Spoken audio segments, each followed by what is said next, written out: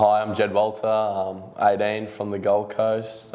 Do coaching here at one-on-one football and play my local footy at Palm Beach Currumbin. Testing, 1, 2, testing. Yep, testing. Yep. My name's Andrew Rains. I'm 37 years of age. I'm getting older. And I'm the founder of one-on-one football. I played 12 years in the AFL across 3 clubs, Richmond, Brisbane and the Suns, and for 6 years I coached in the AFL, running or head coach of the Gold Coast SUNS Academy. So 18 years of experience in the AFL across playing and coaching, and now running the business and coaching in the business for about 5 years now.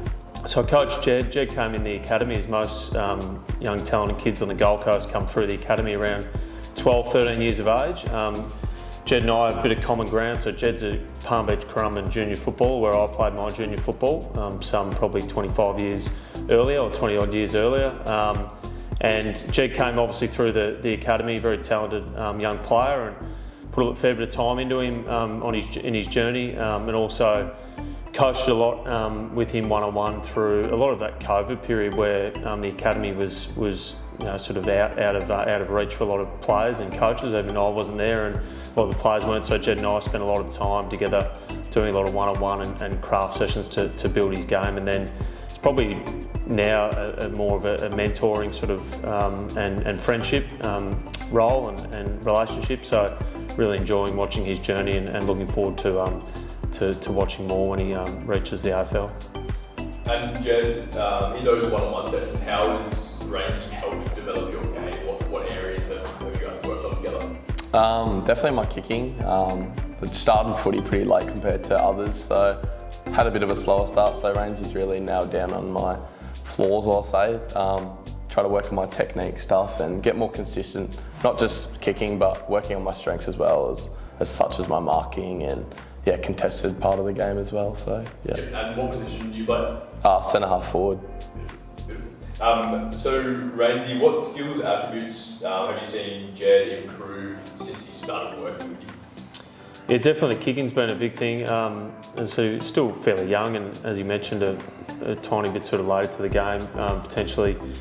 More so probably on the Gold Coast too, and in Queensland I should say, that probably the access to early days in teaching that fundamentals wasn't there probably back then. It's probably coming through now, which is great, being a developing AFL state. But working on a lot of his kicking and overhead marking, in particular some of the games that he played early too, watching his school games, or whether it was through the academy, just his ability to be able to get to the contest and get his hands on it without not always marking it. So I've seen that improve dramatically over the years, being able to really clunk his overhead marks. And Jed, what can footy fans expect from you next year, assuming that you get drafted? Just contested footy. Love crashing packs, taking big overhead marks. And then just using my speed and power against my opponents really. Take a bit out of Charlie Curno's game, love him. Try to watch him as much as I can and take little things out of his game, how he plays the game, and try to introduce them into my game. Working at Brekkie Club, what do you like about coaching and mentoring the next generation? It's really good. Like, I was in that situation probably a couple of years ago, so to give back to the boys that are just coming through as well, though I was in the same situation as they were, so I give back to them and teach them little things that I would have liked to know back then. And Rainsy, what do you think young footballers can learn from Jed, whether it's work ethic or engagement with the next generation? What can young footballers take from Jed as a role model? Oh, well, the big thing, Jed, actually, there's a bit of a story behind it. Jed reached out recently, just realising that he's fairly close to making into the AFL, and that'll be a great start for him. From there on, it's a lot of hard work, but reached out and he was doing an apprenticeship, and it's probably a lot easier, probably preparing for an AFL journey, or 3 or 4 months out, doing a bit of part-time work in coaching than building or labouring for sort of 8 hours a day and 5 days a week. And so he turned a bit of a coach. He's put that on hold, which I reckon he should definitely pick back up eventually. But then wanted to do a bit of coaching, earn a bit of income, which is great for a young guy. But also I think out of that, and he'd probably attest to himself, that giving back's really important, A, but B also too, he's only 4 or 5 years old, and some of these kids or footballers that he's coaching, and they can sort of see that clear pathways there. He's a Palm Beach junior. He was only there for, in some of those same shoes 4 or 5 years ago. So they look up to him a lot and can see that, he's on a really exciting journey, and, engaging with those guys is really important. Jed, would you recommend one-on-one coaching to other aspiring footballers, that intimate coaching? And if you would recommend it, why? Yeah, I definitely recommend it, especially for young footballers that really want to work on their game.